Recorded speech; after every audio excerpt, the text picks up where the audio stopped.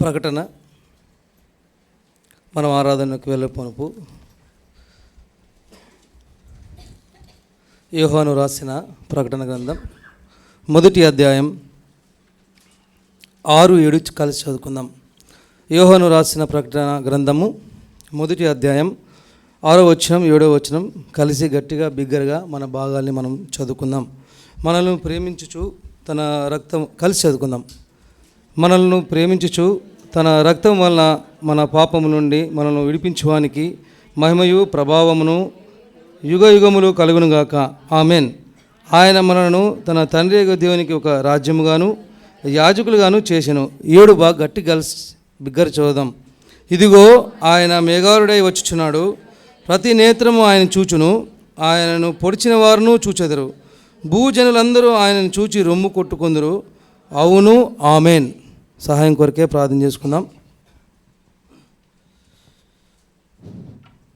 పరిశుద్ధమైన తండ్రి, కనికరంగల దేవా, మరొకసారి యేసుక్రీస్తు నామములో ప్రార్థన చేయడానికి ఇచ్చిన కృపను బట్టి వందనాలు తండ్రి. పాటల ద్వారా ఇంతవరకు మీరు గణపరుచుకున్నారు యేసయ్య, అందరిని బట్టి వందనాలు దేవా. నీ యొక్క లేఖనం ద్వారా వాక్యం ద్వారా నాతోనూ మాతోనూ మాట్లాడమని వేడుకుంటూ వస్తున్నాం. నిర్గమ 33:14 ప్రకారం నీ సన్నిధిని భూలోకంలో మేము అనుభవించడం కృప చూపించండి అయ్యా. శత్రు సాతాను కుయుక్తులన్నింటిని లయం చేయండి. నిలబడుతూ నేను దుమ్మునని ధూళినని తృణమాత్రపు నరునని ఒప్పుకుంటున్నాను తండ్రి. నన్ను నేను ఖాళీ చేసుకుంటున్నాను. నీ వాక్యం చేత నన్ను మమ్మల్ని అందరినీ నింపుమని యేసు పరిశుద్ధ నామమున అడిగి వేడుకుంటున్నాం తండ్రి. ఆమెన్. ఇందాక అన్న చెప్పారు కదా, అన్న చెప్పినట్టునే నాకు కూడా ఒక అనుభవం, ఇదే అనుభవం జరిగింది. ఎక్కడంటే సిక్కింలో ఈ అనుభవం జరిగింది. సిక్కిం గ్యాంగ్టాక్లో ఒకసారి మేము వెళ్ళినప్పుడు సండే వచ్చింది. సండే వస్తే దేవుని మందిరానికి వెళ్ళాము. అప్పుడు వాళ్ళ లాంగ్వేజ్లో పాడుతున్నారు పాట. వాళ్ళ లాంగ్వేజ్లో పాడినా మనకు తెలుస్తుంది కదా అప్పుడే. సో అప్పుడు మనం అందుకున్నాం ఆ పాట. సో అంటే మన తెలుగు పాటలు కాదు, మన హెబ్రోన్లో చాలా చోట హిందీలో ఇంగ్లీష్లో ఇలా ఉన్నాయి. వాళ్ళు పాడుతున్నప్పుడు కూడా చాలా సంతోషం అయ్యేది. సరే, అంశానికి వద్దాం. మనం ఆరాధనకి వెళ్ళక మునుపు ఇక్కడ యోహాను రాసిన ప్రకటన గ్రంథంలో మొదటి అధ్యాయం 6వ వచనంలో మనలను క్షమించండి 7 చూద్దాం. ఇదిగో ఆయన మేఘారుడై వచ్చుచున్నాడు. ప్రతి నేత్రము ఆయనను చూచును. ఆయనను పొడిచిన వారును చూచెదరు. భూజనులందరూ ఆయనను చూచి రొమ్ము కొట్టుకుందరు. అవును, ఆమెన్. కాబట్టి ఈ వచనం దేన్ని సూచిస్తుందంటే క్రీస్తు యొక్క రెండవ రాకడను సూచిస్తుంది. యేసుక్రీస్తు ప్రభువారు మొట్టమొదటిసారి కన్యక గర్భమున ఈ లోకంలో పవిత్రుడిగా పరిశుద్ధుడిగా పుట్టి 33.5 సంవత్సరాలు తాను ఈ లోకంలో జీవించి మానవులందరికీ మార్గమును చూపించి కల్వరి శిలువలో ప్రాణం పెట్టి అని చనిపోయి మరణించి తిరిగి లేచి తండ్రి కుడిపార్శ్వన ఉన్నాడు. అయితే ఇప్పుడు ఆయన మరి తిరిగి రాబోతున్నాడు. అక్కడే చూస్తున్నాము. ఇదిగో ఆయన మేఘారుడై ఎట్లండి వచ్చుచున్నాడు. ప్రతి నేత్రం ఆయన చూచును. ఆయనను పొడిచిన వారును చూచెదరు. ఎవరంటండి? ఆయన పొడిచిన వారు చూస్తారు. ఇక్కడ రాబడింది భూజనులందరూ ఆయనను చూచి రొమ్ము కొట్టుకుందరు. చాలామంది భూజనులందరూ కూడా రొమ్ము కొట్టుకుంటారు ఆయన చూసి. జనరల్గా రొమ్ము దేనికి కొట్టుకుంటారు? ఏడుపు వచ్చినప్పుడు రొమ్ము కొట్టుకుంటాం. ఎవరైనా చనిపోయినప్పుడు రొమ్ము కొట్టుకుంటారు. నేను చూశాను, మా చిన్నాయన చనిపోయినప్పుడు. అప్పుడు మా చిన్నాయన చనిపోయినప్పుడు మా చిన్నమ్మ వాళ్ళ అమ్మ వాళ్ళ బంధువులు, నేను నోవా ఏజ్లో ఉన్నప్పుడు వాళ్ళు రొమ్ము కొట్టుకొని దుమ్ము పోసుకొని ఏడ్చారు. ఎందుకు రొమ్ము కొట్టుకుంటారంటే, అయ్యా నిన్నే మేము సిలువ వేసింది, నీ దేవుని ఇటువంటి దేవుణ్ణా, ఇటువంటి శక్తి గలవాణ్ణా, ఇటువంటి గొప్పవాణ్ణి మేము శిక్ష వేశామా? భూజనులందరూ రొమ్ము కొట్టుకుని ఏడ్చుకునే వాళ్ళు ఉన్నారు. ఏడుపు దేనికి సాదృశ్యం అంటే పాపం వలన ఏడుపు వస్తుంది. నేను ఒక వ్యక్తిని ఒక గుంపుని సాదృశ్యంగా మీకు చూపించాలనుకున్నాను. ఒక వ్యక్తి ఏడ్చాడు తన పాపం వలన. చూడండి, ఆదికాండము 27:34 చూడండి. ఆదికాండం 27:34 తీసిన వారు సహాయం చేయండి నాకు. ఆదికాండం 27:34. ఏశావు దుఃఖాక్రాంతుడై పెద్ద కేక వేసి, ఓ నా తండ్రి నన్ను దీవించుమని తన తండ్రితో చెప్పెను. ఇక్కడ ఒక వ్యక్తిని చూస్తున్నాం. ఆ వ్యక్తి పేరు ఏశావు. ఇస్సాకుకి ప్రథమ కుమారుడు, మొదటి కుమారుడు, జ్యేష్ఠుడు. ఇస్సాకుకి 2 కుమారులు ఉంటే మొదటివాడు ఏశావు, రెండోవాడు యాకోబు. అయితే ఇటువంటి ఏశావు ఏం చేస్తున్నాడంటే పెద్ద కేక వేసి ఏం చేస్తున్నాడండి, ఇక్కడ ఏం రాబడింది, పెద్ద కేక వేసి దుఃఖాకాంతుడై పెద్ద కేక వేశాడు. పెద్ద కేక వేశాడు. ఓ నా తండ్రి నన్ను దీవించు, ఓ నా తండ్రి నన్ను దీవించు. ఇక్కడ చూడండి, అక్కడే 38 చదవండి సిస్టర్ మరొకసారి. 27:38. ఏశావు నా తండ్రి, ఒక్క దీవెనే ఉన్నదా? నా తండ్రి నన్ను, నా తండ్రి నన్ను కూడా దీవించు. ఒక్క దీవెనే ఉందా నీతో? ఒక్క దీవెనే ఉందా? నన్ను కూడా దీవించుమని తన తండ్రితో చెప్పి ఏశావు ఎలుగెత్తి ఏడవగా, కారణం తన పాపము తనకి ఏడుపు తీసుకొచ్చింది. ఏశావు చరిత్ర చూసినట్టయితే ఏశావు భోజన ప్రియుడు. మీరు చదవండి, ఆదికాండం 25:30 రాయబడి ఉంటుంది. ఏశావు భోజన ప్రియుడు. ఆదికాండము 25:32 రాయబడింది. నీచమైన వ్యాపారం చేశాడు. ఆ ఎర్రని కూర కొరకు యాకోబుతో నీచమైన వ్యాపారం చేశాడు. ఆ ఎర్రని చిక్కుడుకాయల కూర కొరకు తను నీచమైన వ్యాపారం చేశాడు. జ్యేష్ఠత్వాన్ని అమ్ముకున్నాడు ఏశావు. అందుకే ఏడుస్తున్నాడు. అక్కడేమో జ్యేష్ఠత్వం పోయింది, ఇక్కడ తండ్రి దగ్గర ఒక్క దీవెనైనా ఉందా? ఒక్క దీవెన తండ్రి, ఒక్క దీవెనైనా ఉందా? ప్రియ స్నేహితుడా, ఇక్కడ చూడండి అందుకే ఏడుపు దేనికి సాదృశ్యం అంటే పాపం వలన ఏడుపు, కన్నీరు రోదన. తను ఏడుస్తున్నట్టుగా పెద్ద కేక, దుఃఖాకాంతుడై పెద్ద కేక వేసి ఏశావు ఆనాడు ఏడ్చాడండి. అంతేనండి, ఏశావు చేసిన పాపం అదేనా? చూడండి, ఇంకొక మంచి మాట 26 చూడండి, 26:34 సహాయం చేయండి. 24:36 ఆదికాండం. ఏశావు 40 సంవత్సరములు వాడైనప్పుడు హిత్తీయుడైన బేరి కుమార్తెకు యహూదీతును, హిత్తీయుడైన ఏలేను కుమార్తెకు బాషేమాతును పెళ్లి చేసుకున్నాను. వీరు ఇస్సాకును రిబ్కాకును మనోవేదన కలిగజేసిరి. ఏం చేశారండి?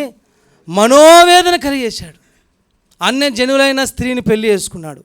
భోజన ప్రియుడు, తన జ్యేష్ఠత్వాన్ని పోగొట్టుకున్న మరి ఘోరమైన వ్యక్తి.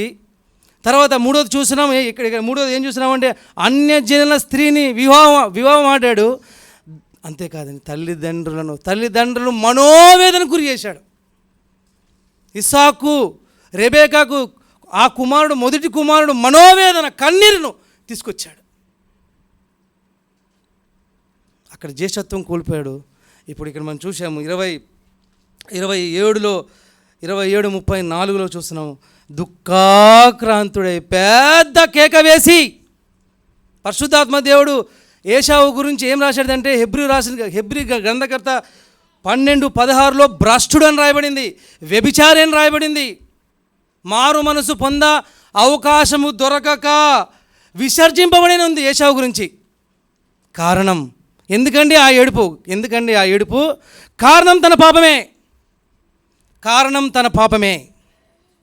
దేన్ని అమ్ముకోవాలో, దేన్ని కొనాలో తెలియనివాడు, విలువైన ఆశీర్వాదమును పోగొట్టుకున్నవాడండి.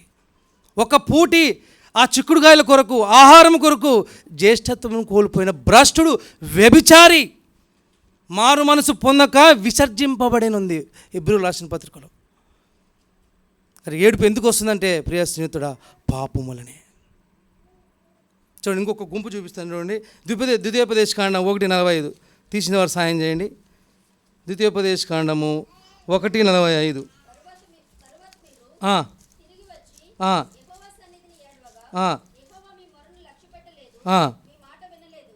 చూశారండి.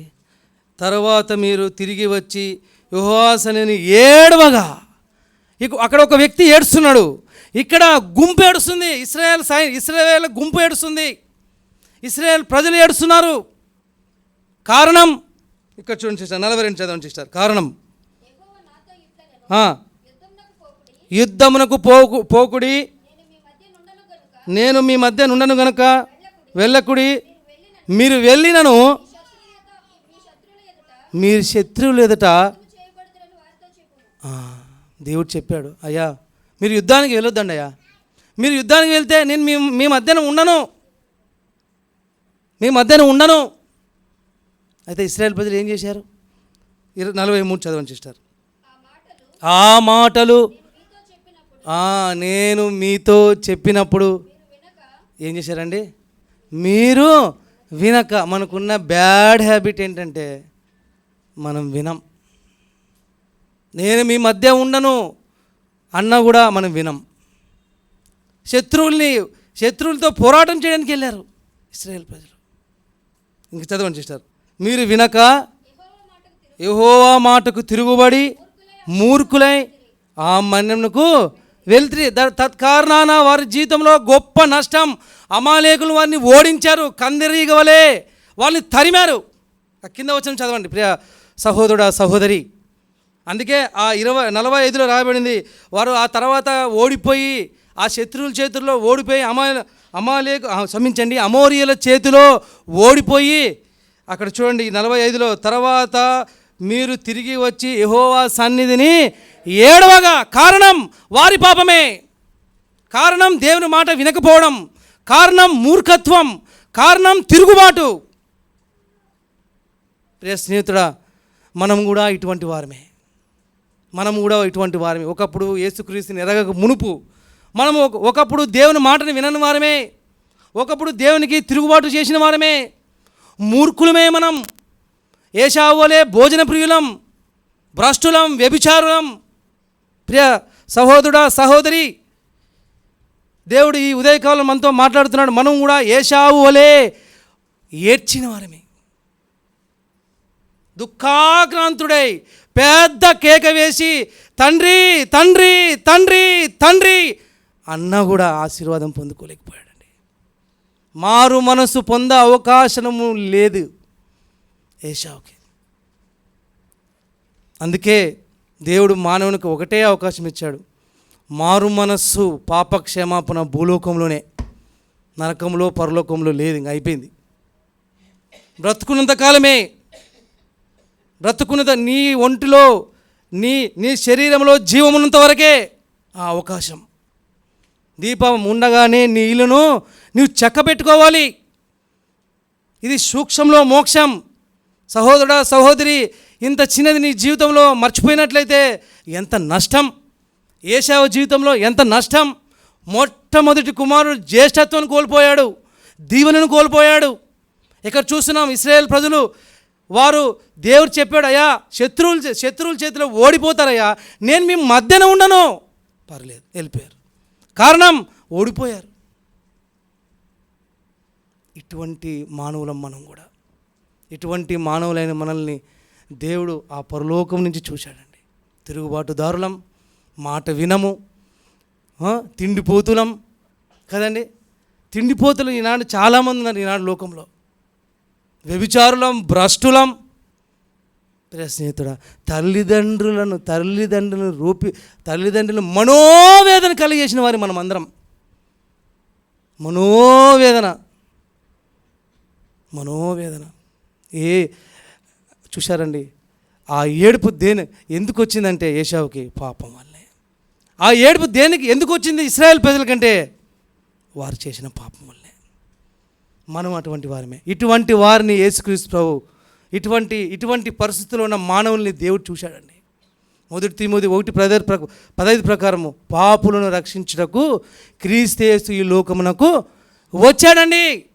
ప్రభువారు యేసుక్రీస్తు ప్రభు ఈ పాపులను రక్షించడానికే ఈ తిరుగుబాటుదారుల్ని, మూర్ఖులను, తిండిపోతుతనం కలిగిన వారిని, భ్రష్టులను, నీచత్వంలో పాపంలో కొట్టుకుపోతున్న ఈ మానవుని చూడడానికి యేసుక్రీస్తు ప్రభు వారు ఈ లోకానికి వచ్చాడండి. యేసుక్రీస్తు ప్రభులోకి వచ్చాడు. అందుకే అక్కడ చదవం ప్రకటన. ఇప్పుడు చదవం రండి, అక్కడికి వెళ్దాం రండి. యోహాను రాసిన ప్రకటన గ్రంథం 1వ వచనం చదవండి. 1వ అధ్యాయము 6వ వచనం సిస్టర్. ఇక్కడ పట్టుకుని మనలను ప్రేమించుచు. చాలు సిస్టర్. ఏంటంటండి?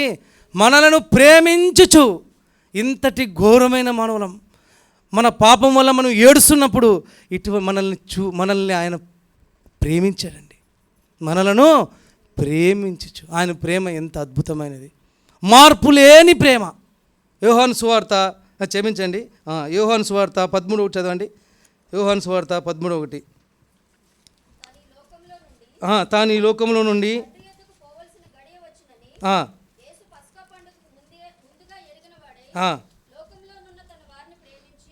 లోకములో ఉన్న తన వారిని. చూశారండి, చాలా బాగుంది. ఆ పదం విన్నప్పుడు ఎంత ఆనందం అవుతుందో, ఎంత మంచి. చూడండి, తాను ఈ లోకములో నుండి తండ్రి యొద్దకు వెళ్ళవలసిన గడియ వచ్చినని యేసు పస్కా పండుగకు ముందే ఎరిగిన వాడై ఏమొచ్చిందండి, లోకములో ఉన్న తన వారిని ప్రేమించాడు. యేసుక్రీస్తు ప్రభు ఈ లోకంలో ఉన్నప్పుడు, అయ్యా నేను ఇంకా మళ్ళీ కొద్ది రోజుల్లో నేను నా తండ్రి దగ్గరికి వెళ్ళిపోతున్నాను. ఆయన ఎరిగిన వాడే తన వారిని అందరిని ప్రేమించాడు. మనల్ని ప్రేమించాడండి, మార్పు లేని ప్రేమ. అక్కడ రాయబడింది ఎంత మంచి పని. తన వారిని ప్రేమించి వారిని అంతము వరకు ప్రేమించాను. ఏమాత్రం మార్పు లేదు. ఈనాడు తల్లిదండ్రుల ప్రేమను చూస్తున్నాం, బంధువుల ప్రేమను చూస్తున్నాం, ఏంటంటే స్నేహితుల ప్రేమ చూస్తున్నాం. అందులో ఎంతో మార్పు ఉంది. వారు అంతవరకు ప్రేమించారు మనల్ని. అంతవరకు మనల్ని తల్లిదండ్రులు ప్రేమించలేరు, అంతవరకు మన బంధువులు ప్రేమించలేరు, అంతవరకు మన స్నేహితులు ప్రేమించలేరు. ప్రియ సహోదరా సహోదరి, కానీ నీ ప్రభువు నిన్ను అంతవరకు ప్రేమించేవాడు, మార్పు లేనివాడు ఆయన, ప్రియ స్నేహితుడా. అంతేకాదు యోహాను సువార్త 15:9 రాయబడింది, తండ్రి ఎలాగూ నన్ను ప్రేమించునో నేను కూడా మిమ్మల్ని అలాగనే ప్రేమిస్తున్నాను. అది పవిత్రమైన ప్రేమ. ఈ ప్రేమ ఎక్కడికి తీసుకెళ్ళింది తెలుసా అండి? దేవుడి ప్రేమ మన మీద ఎంత ప్రేమ అంటే అది సిలువ దగ్గర తీసుకెళ్ళింది. గలితీయులకు రాసిన పత్రిక 2:20 చదవండి సిస్టర్ అన్నమాట. ఆ మాట చదవండి. గలితీ 2:20. గలితీ 2:20. ఇకను జీవించువాడు నేను కాను, క్రీస్తే నా యందు జీవించుచున్నాడు. ఇక్కడ పట్టుకు నన్ను ప్రేమించి నా కొరకు తన్ను తాను అప్పుకొంచుకున్న దేవుని కుమారుని యందలి విశ్వాసం వలన జీవించుచున్నాను. ఎక్కడికి తీసుకెళ్ళిందో తెలుసా అండి? ఈ ప్రేమ, ఈ అగాపే ప్రేమ, శాశ్వతమైన ప్రేమ, మార్పు లేని ప్రేమ ఎక్కడికి తీసుకెళ్ళిందంటే శిలువ మరణానికి సిద్ధమైంది ప్రేమ. నీ కొరకు శిలువ మరణానికి సిద్ధమైంది. ఈనాడు పేపర్లో చూడండి, ఈనాడు టీవీలో చూడండి, యువతి ప్రేమించలేదని యువకుడు హత్య. నన్ను ప్రేమిస్తావా లేదంటే చంపేస్తా, నన్ను ప్రేమించకపోతే నేను చంపేస్తా.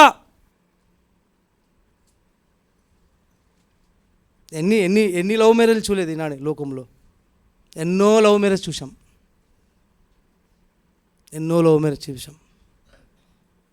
ప్రియ స్నేహితుడా, ఆ ప్రేమలో మార్పు ఉంది, కానీ దేవుని ప్రేమలో మార్పు లేదు. ఎంత మంచి మాట! ఆ ప్రేమ కల్వరి శిలువకి సిద్ధమైందండి. ఎంత మంచి మాట తెలుసా అండి ఆ మాట? నన్ను ప్రేమించి నా కొరకు తన్ను తాను అప్పగించుకొనిన దేవుని కుమారి యందలి విశ్వాసం వలన జీవించుచాను. అటువంటి గొప్ప ప్రేమ.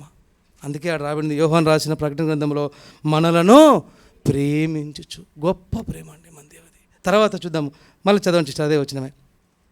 మనల్ని ప్రేమించుచు తన రక్తం వలన. చాలు సిస్టర్. ఏంటంటే రెండోది ఏంటంటే, తన రక్తము వలన మన పాపములో నుండి. క్రీస్తు ప్రభు వారు మన కొరకు బలి అయిపోయాడండి. ఇదిగో లోక పాపమును మోసుకొని పోవు దేవుని గొర్రెపిల్లగా నీ కొరకు నీ పాపములు నా పాపములు ఆయన మోసుకొని వెళ్ళాడండి. దేవుని గొర్రెపిల్లగా బలియాగముగా క్రీస్తు బలియాగముగా మార్చబడ్డాడు. చూడండి, ఇక్కడే తీతు రాసిన పత్రిక, దీనికి మనం 2:14 చూడండి. తీతు 2:14.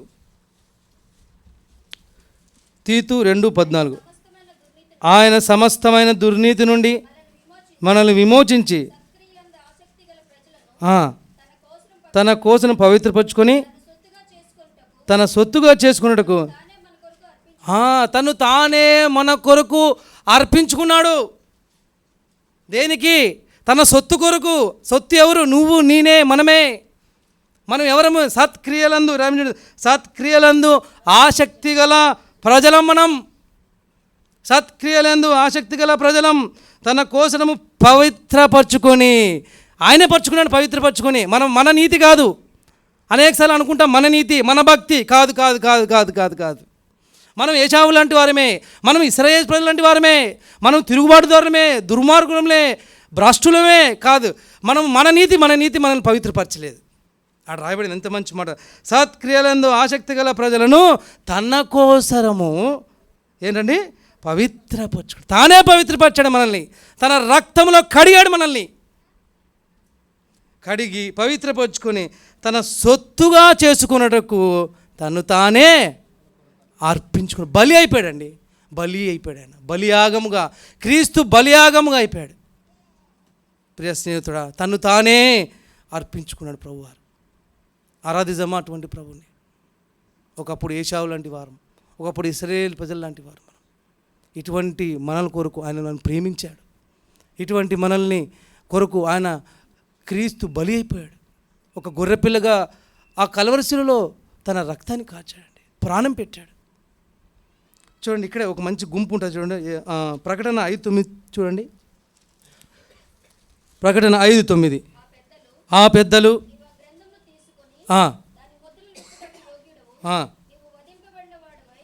ఇక్కడ చదవండి. నీవు వధింపబడిన వాడవై. చాలా ఇష్టం. నీ రక్తం ఇచ్చావు, నువ్వు వధింపబడినావు. నిజానికి నువ్వు, నేను మన పాపం వలన మనం వధింపబడాలి. మన పాపం వలన మనం వధింపబడాలి. ఈ చేతితో పాపం చేశాం మనం. ఈ చేతికి యేసుక్రీస్తు ప్రభువారికి కలవరశిలలో మేకులు కొట్టారు.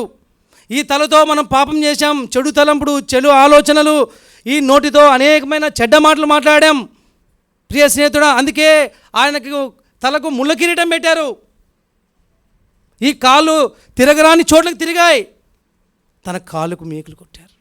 ప్రియ స్నేహితుడా, ఎంత మంచి మాట రాబడిందంటే, నీవు వధించబడిన వాడవాయ్. ఏమనండి?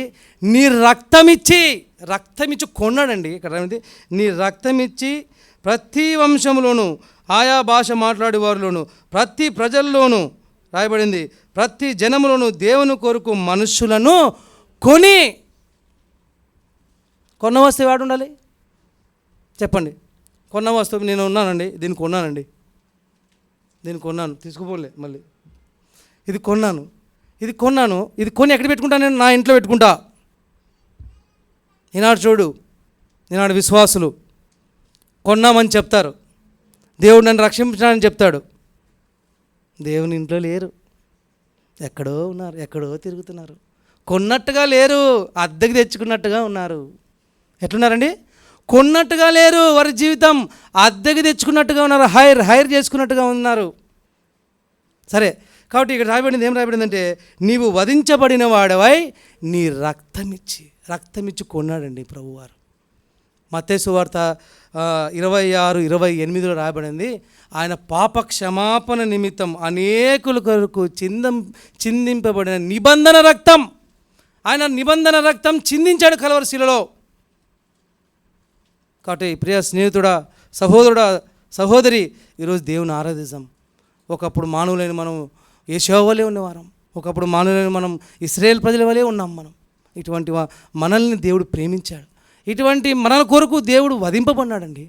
ఆ గుంపు చూడండి, ప్రకటన గ్రంథంలో నాకు సమయం లేక నేను తీయట్లేదు, కానీ 5:9 చూడండి, అక్కడ ఒక పెద్ద గుంపు ఉంది. ఆ గుంపులో నీకు నాకు అవకాశం ఇచ్చాడు, ఆ గుంపులో స్థానం ఇచ్చాడండి ప్రభువారు.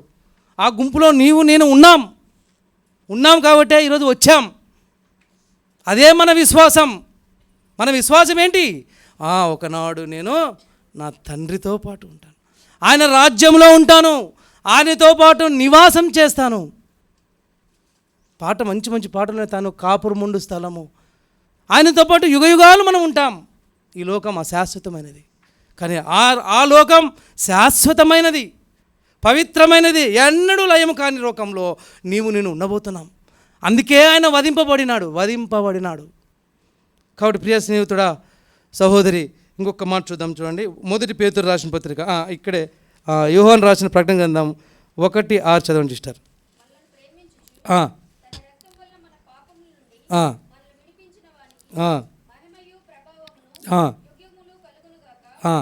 ఆమేన్.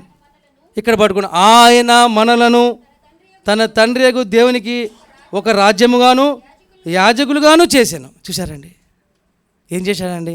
తన తండ్రి అయిన దేవునికి ఒక రాజ్యముగాను యాజకులుగా చేశాడు. ఒకప్పుడు యాజకత్వం ఎవరిది? ఒకప్పుడు యాజకత్వం లేవీలదే. ఒకప్పుడు యాజకత్వం లేవీలదే. వాళ్ళే దేవుని మందిరానికి వెళ్ళి యాజకత్వం చేయాలి. ఇశ్రాయేలు 12 గోత్రములో మిగతా 11 గోత్రంలో అక్కడ పోవడానికి వీల్లేదు. కానీ నూతన నిబంధనలో ఆయన కలవరిశిలలో ఎక్కడి చేత, ఆయన రక్తం కాటు చేత నీకు నాకు మనలకు యాజకత్వం ఇచ్చాడు. విశ్వాసుల యాజకత్వం ఇచ్చాడు. రండి దీనికి మొదటి పేతురు 2:5 ఒక క్లారిఫికేషన్ చూద్దాం రండి. మొదటి పేతురు 2:5 చదవండి సిస్టర్, ముగిచ్చేద్దాం. యేసుక్రీస్తు ద్వారా చూడండి, దేవునికి అనుకూలమగు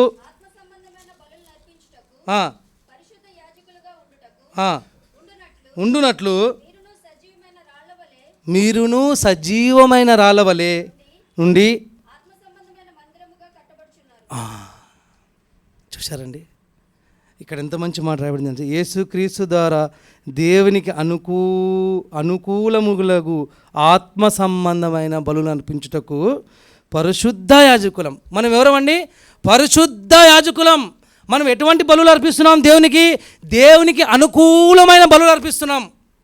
ఇక్కడ రాయబడింది ఆత్మ సంబంధమైన దేవునికి ఇష్టమైన బలులను మనం అర్పిస్తున్నాం. అందుకే మనం పరిశుద్ధ యాజకులం. ఒకప్పుడు యాజకత్వం లేవీలదే. నూతన నిబంధనలో అందరి దేవుడు యాజకులుగా చేశాడు. విశ్వాసుల యాజకత్వం దేవుడు మనకిచ్చాడండి. కాబట్టి ఆరాధిద్దామా దేవుని ఈరోజు? అవును ప్రభువా, నిజమే దేవా, నేను కూడా ఏడ్చేవాడిని తండ్రి. రోదంతో నేను గుండె కొట్టుకోవాల్సిందే. నిజమే తండ్రి, నా గుండె బద్దలైపోవాల్సిందే. అయితే దేవా, ఆనాడు ఏశావు అలాగనే ఏడ్చాడు తండ్రి తన పాపం వల్ల. ఆనాడు ఇశ్రాయేల్ ప్రజలు అలానే ఏడ్చాడు తండ్రి వారు పాపంను బట్టి. నేను అటువంటి వాడిని తండ్రి, ఏమాత్రం తీసిపోను. అయినా నన్ను నువ్వు ప్రేమించావయ్యా. ప్రకటన 1వ అధ్యాయం ఇక్కడ 6 ప్రకారం దేవా నన్ను ప్రేమించినావయ్యా, నా కోసం బలి అయ్యావా. అంతేకాదు విశ్వాసుల యాజకత్వం ఇచ్చావయ్యా. అందరి మట్టి వందనాలు. ఈజీ కాదు మీరు అనుకుంటున్నారు విశ్వాసుల యాజకత్వం అండి. ఇప్పటికే వెళ్ళండి, బయటకు వెళ్ళి యాజకత్వం చేయాలని ప్రయత్నం చేయండి. ఎన్ని గొడవలు జరుగుతాయి చూడండి. మనకి చేయలేదు అలా దేవుడు. సమానం. యేసుక్రీస్తు అందరికీ ప్రభు. దేవుడు అందరికీ సమానత్వంగా విశ్వాసుల యాజకత్వం మనం చేస్తాడు. పరిశుద్ధ యాజకులుగా వచ్చాం. అందుకే ప్రతిదినం దేవునికి ఇష్టమైన అనుకూలము అర్పణను మనం అర్పిస్తున్నాం. ఆత్మ సంబంధమైన అర్పణ అర్పిస్తున్నాం. ఇట్టి విశ్వాసుల యాజకత్వం దేవునికి ఇచ్చినందుకే దేవుని మనం ఆరాధిస్తాం.